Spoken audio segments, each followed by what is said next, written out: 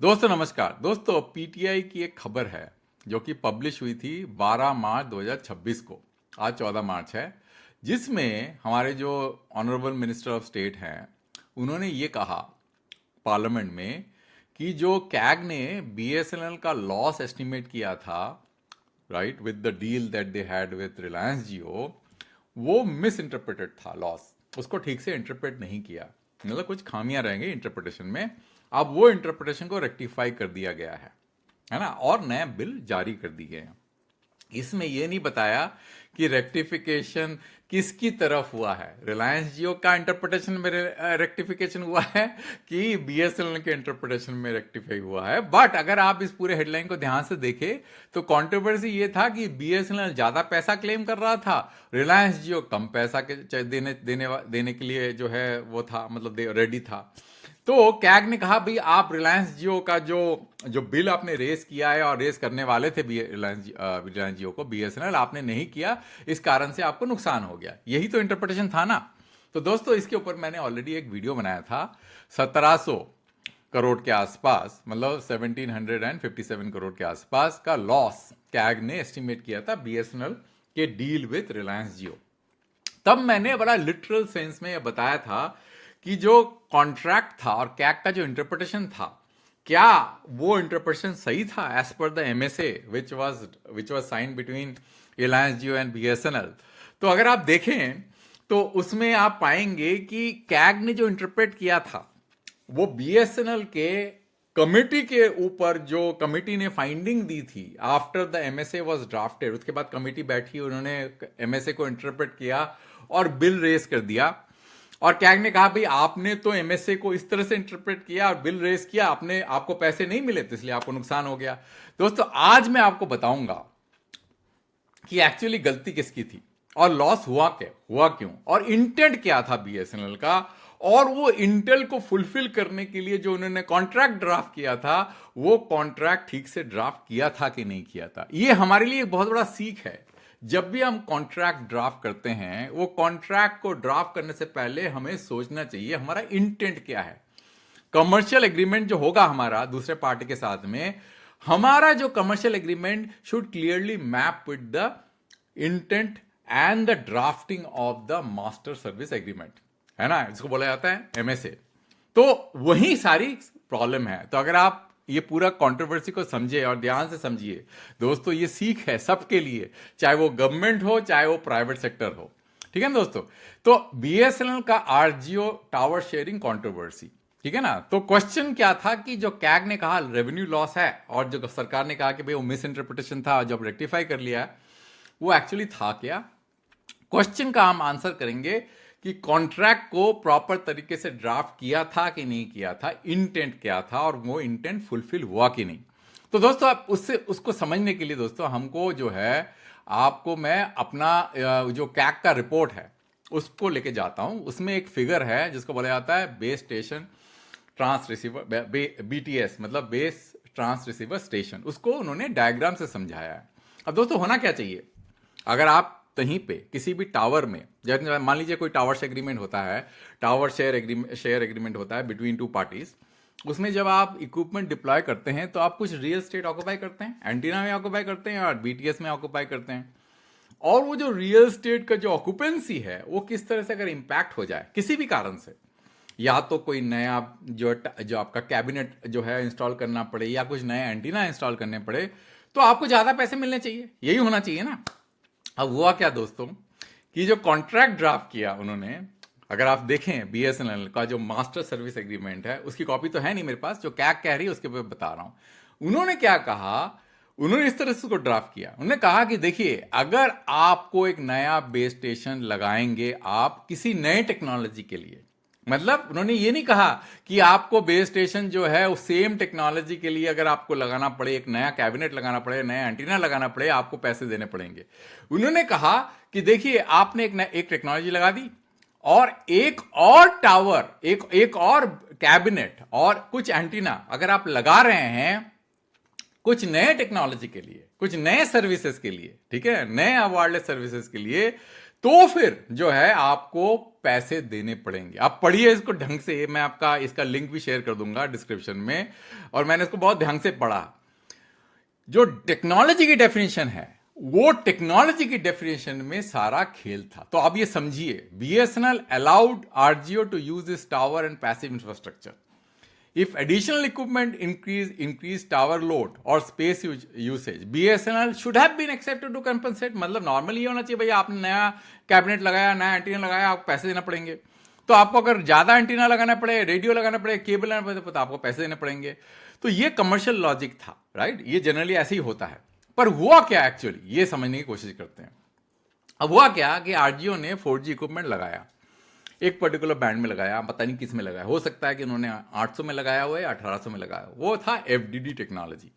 अब उन्होंने क्या देखा कि उन्होंने नया स्पेक्ट्रम खरीदा था 2010 में, वो 2300 मेगाहर्ट्ज स्पेक्ट्रम था, उसमें टीडीडी जो है लगाना पड़ा उनको। अब टीडीडी क्योंकि हाई फ्रीक्वेंसी बैंड में है और उसके लिए नए कैबिनेट की जरूरत पड़ी होगी उनको, तो उनको एंटीना भी नया लगाना पड़ेगा, बिकॉज पुराने एंटीना काम नहीं करेंगे, क्योंकि पुराने एंटीना लो फ्रीक्वेंसी में है, तो उसको आपको हाई फ्रीक्वेंसी में लगाना पड़ेगा। तो उनको नए कैबिनेट लगाने पड़े, नए एंटीना लगाने पड़े। और बीएसएनएल ने कहा कि भाई पैसे दो। रिलायंस ने कहा भाई मैं तो पैसे नहीं दूंगा, क्योंकि ये तो नई टेक्नोलॉजी है नहीं, ये तो सेम टेक्नोलॉजी है ना, मैंने तो सिर्फ जो है टीडीडी में लगाया है, सेम टेक्नोलॉजी और सेम सर्विस ही दे रहा हूं, तो मैं आपको पैसे क्यों दूं? तो यही कंट्रोवर्सी है ना। तो बीएसएनएल को नुकसान हुआ क्यों? बीएसएनएल को नुकसान इसलिए हुआ कि उन्होंने अपना कॉन्ट्रैक्ट, जो मास्टर सर्विसेज एग्रीमेंट है, अगर आप पढ़ें, ये देखिए, clause 1.62A of the schedule 3 of the MSA provided for an extra BTS और a new of a new oblique different technology. देखिए, extra BTS of a new oblique different technology और service for the ISO through additional charges. देखिए ना आपने, of new oblique different technology, ये देखिए word new oblique different technology, ठीक है। इसमें एक्चुअली इंटरप्रिटेशन ये भी होना चाहिए कि न्यू का मतलब नया, और डिफरेंट टेक्नोलॉजी, दोनों चीजें इसमें हैं। अगर आप इसको ठीक से इंटरप्रेट करें, अगर मैं होता ठीक से इंटरप्रेट करने के लिए, तो ये नया जो है, अगर आपको एक्स्ट्रा बीटीएस लगाना पड़े नया, तो फिर मैं चार्ज करता हूं। यही उन्होंने इंटरप्रिटेशन किया है। देखिए, BTS T of a new oblique different technology service. और उन्होंने एक प्रॉब्लम ये हो गया इसके अंदर में, एग्जाम्पल में उन्होंने 3G वाईमैक्स वगैरह डाल दिया, तो उन्होंने जो वर्ड न्यू है और टेक्नोलॉजी को ठीक से डिफाइन नहीं किया, वेग छोड़ दिया, और क्वालिफिकेशन में उन्होंने जो है 3G वाईमैक्स का वर्ड यूज कर दिया। तो इससे क्या हुआ, उसका न्यू का जो वर्ड है वो डाइल्यूट हो गया, क्योंकि न्यू का मतलब नया कैबिनेट, नए एंटीनास। टेक्नोलॉजी, डिफरेंट टेक्नोलॉजी का मतलब 3G 5G या कुछ भी और, ठीक है ना, जो उन्होंने लिखा है यहां पे। तो जो रैक होता है, मैं आपको डायग्राम दिखाता हूं सीधे, तो आपको समझ में आएगा। देखिए, यहां लगाया एग्जिस्टिंग जो टावर में एंटीना लगाया, जो 1800 मेगाहर्ट्ज का था, आपने बीटीएस लगा दिया, पर आपने 2300 मेगाहर्ट्ज का जैसे आपने एंटीना लगाया, तो आपको नया जो है बीटीएस लगाना पड़ा, एंटीना भी आपके चेंज हो गए। तो जब आर्गुमेंट हुआ इस पॉइंट के ऊपर में, जो डिस्कशन हुआ, तो रिलायंस जियो का पॉइंट था कि भाई देखिए, नया टेक्नोलॉजी तो है नहीं, नया सर्विस तो है नहीं, ये तो सेम सर्विस है, सेम टेक्नोलॉजी है, तो मैं आपको पैसे क्यों दूं as per the master service agreement, ये वाला, समझे ना। तो पैसे क्यों दूं? तो बीएसएनएल को नुकसान इसलिए हुआ क्योंकि बीएसएनएल ने अपने कॉन्ट्रैक्ट एमएसए सर्विस एग्रीमेंट को इस तरह से स्ट्रक्चर नहीं किया, जिससे, जैसे आप देखिए, what the contract should have said, the contract should have said the charged would trigger additional antenna और इक्विपमेंट इंस्टॉल। इस तरह से कॉन्ट्रैक्ट बनना चाहिए था। Payment link to incremental tower space, weight, power usage. Technology definition should have been irrelevant. Technology को हटा देना चाहिए था उनको डेफिनेशन में। उनको बोलना चाहिए भाई आप ज्यादा स्पेस ऑक्यूपाई करोगे तो आप ज्यादा पैसा दोगे। Passive infrastructure sharing contract globally follow this model, है ना। तो कॉन्ट्रैक्ट इस यही जो है where the contract went wrong. The master service agreement MSA link charges to new technology, है ना, और new equipment. It did not clearly link charges to additional passive infrastructure usage. ऐसे नहीं था MSA.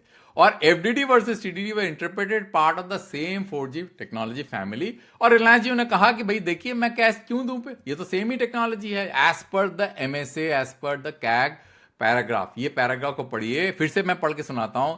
Clause 1.6 up to A of Schedule 3 of the MSA provided for an extra BTS of new/different technology or service of the ISO through additional charges. It is stipulated that if the operator install an extra BTS rack or an additional antenna tower of the charges for additional space for an extra BTS T of a new or a different technology service, ये important है, of a new or a different technology service oblique 3G WiMAX. देखिए इसको उन्होंने qualify कर दिया, इसको नहीं करना चाहिए था ना क्वालिफाई. अगर उनको चाहिए था कि भैया आप एडिशनल टावर लगाओगे, एडिशनल कैबिनेट लगाओगे, एंटीना लगाओगे तो आपको ज्यादा पैसे देने पड़ेंगे. अच्छा, it also included associated 3 RF antenna shall be 70% of the price applicable. ये लिखा हुआ है ना. Clause 1.6 of 2B of the schedule stipulated that in case the operator neither install a BTS or a rack or ground shelter room nor additional antenna or tower for providing new wireless service, इनका मतलब 3G WiMAX etc. right?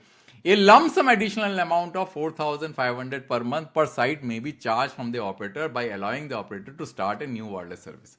यही तो problem है. New wireless service उन्होंने define किया 3G, CDMA, WiMAX etcetera. आप समझ गए ना दोस्तों, कितना बेकार कॉन्ट्रैक्ट डिफाइन किया था उन्होंने MSA में. उनको बोलना चाहिए था आप एक एंटीना लगाओगे, एक कैबिनेट लगाओगे, ज्यादा पैसे दोगे, चाहे वो आप नया टेक्नोलॉजी के लगाओ कि वही सेम टेक्नोलॉजी के लगाओ. तो यही दिक्कतें होती हैं दोस्तों, जब आप कॉन्ट्रैक्ट डिफाइन करते हो, कॉन्ट्रैक्ट को बनाते हो और आपके दिमाग के अंदर में विजन नहीं होता, आपके अंदर कमर्शियल माइंडसेट नहीं है, तो आप जो है कुछ कैसे भी कॉन्ट्रैक्ट बना देते हो. तो इस तरह से जब आप कॉन्ट्रैक्ट बनाओगे तो नुकसान तो होगा ही ना. तो रिलायंस जियो ने कुछ गलत किया नहीं. उन्होंने बोला भाई देखिए आपका कॉन्ट्रैक्ट क्या कह रहा है, न्यू वायरलेस सर्विस, क्या 3G CDMA WiMAX नहीं, मैं तो 4G कर रहा हूं. क्या वो नया टेक्नोलॉजी है? नो, वो तो सेम टेक्नोलॉजी है. क्यों? इसलिए सेम टेक्नोलॉजी है क्योंकि मैं तो जो है 4G कर रहा हूं इसमें. 2300 TDD है, वो TDD is not a new technology. तो दोस्तों यही कंट्रोवर्सी थी. आप समझ में आया दोस्तों? इसीलिए क्या होता क्या है कि जब आप कॉन्ट्रैक्ट डिफाइन करते हो तो आपको कॉन्ट्रैक्ट को बड़े ध्यान से डिफाइन करना पड़ता है. जब मैं सरकार में होता था मेरे I used to be very cautious, क्योंकि जब एग्जीक्यूशन होता है तो एग्जीक्यूशन के टाइम में ये सारी प्रॉब्लम आती है. जो कॉन्ट्रैक्ट बनाने वाला तो बना के निकल जाता है, एग्जीक्यूटर जो है फंस जाता है. यही हुआ है BSNL के केस में. ये सारी कंट्रोवर्सी जो 1700 जो भी अपना नंबर है का लॉस है, रिलायंस के पॉइंट ऑफ व्यू से उन्होंने कोई गलत नहीं किया, उन्होंने तो कॉन्ट्रैक्ट को फॉलो किया. गलत जो है BSNL ने किया. उन्होंने कॉन्ट्रैक्ट बनाया ही बड़ा वेग, और उन्होंने कॉन्ट्रैक्ट को बनाया किस तरह से, न्यू सर्विस और न्यू टेक्नोलॉजी को उन्होंने कैसे डिफाइन किया. एक्चुअली टेक्नोलॉजी को तो उन्होंने डिफाइन किया ही नहीं, अब उन्होंने न्यू सर्विस को डिफाइन कर दिया. और वो बोला भाई नहीं 4G नहीं, आप सर्विस बोला 3G WiMAX CDMA ये सब. तो दोस्तों यही एक कंट्रोवर्सी है. इससे हमको सीख मिलती है कि नुकसान हम कितना करवा देते हैं हमारा, अगर हम कॉन्ट्रैक्ट ठीक से नहीं बनाते, चाहे वो प्राइवेट सेक्टर में हो चाहे वो सरकारी सेक्टर में हो. उसके बाद में उसको चेंज करने के पास हमारे पास में ऑप्शन नहीं होता. इसलिए दोस्तों ये कंट्रोवर्सी हो गई. अब मुझे पता नहीं जो हमारे मिनिस्टर साहब, ऑनरेबल मिनिस्टर क्या कह रहे हैं, क्या चेंज किया. मुझे अगर रिलायंस जियो ने एग्री कर दिया पैसे देने के लिए तो वेल एंड गुड, पर मुझे नहीं लगता कि उन्होंने किया होगा, क्योंकि उन्होंने कैक के ऊपर में, कैक के लॉस एस्टीमेट के ऊपर में पॉइंट आउट किया है कि देखिए कैक का लॉस एस्टीमेट जो है वो मिस इंटरप्रिटेड था. जबकि मेरे हिसाब से इंटेंट होना क्या चाहिए, नए टावर, नए एंटीना, नया पैसा. आपको ज्यादा पैसा देना पड़ेगा. अंत तक वीडियो देखने के लिए बहुत धन्यवाद दोस्तों. एक और वीडियो दूसरे टॉपिक में जल्दी लेके आऊंगा.